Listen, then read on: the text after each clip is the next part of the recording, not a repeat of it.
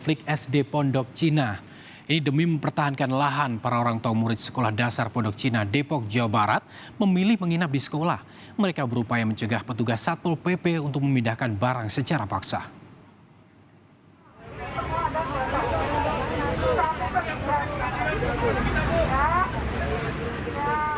Para wali murid siswa sekolah dasar Pondok Cina 1 Depok, Jawa Barat protes. Mereka menghalangi para petugas Satpol PP yang ingin mengeksekusi lahan sekolah minggu kemarin. Sejak pagi hingga malam, orang tua murid yang didampingi LSM dan tim advokat tetap bertahan di sekolah agar upaya pemindahan barang secara paksa tak dilakukan. Usaha mereka berhasil, proses eksekusi dibatalkan.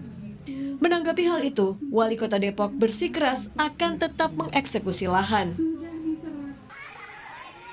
Sementara hari ini, para murid dapat kembali belajar tanpa didampingi guru. Hanya relawan yang bersedia menemani akibat konflik. Sebelumnya SD Pondok Cina 1 akan direlokasi ke dua sekolah berbeda karena lahan akan dijadikan masjid raya. Konflik yang mendera membuat Gubernur Jawa Barat berencana menghentikan bantuan.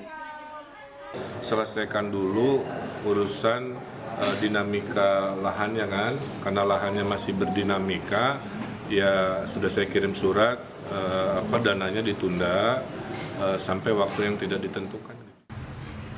Kata sepakat belum tercapai, namun situasi kembali memanas lantaran kuasa hukum wali murid berencana mempolisikan Wali Kota Depok jika bersikeras melakukan eksekusi lahan.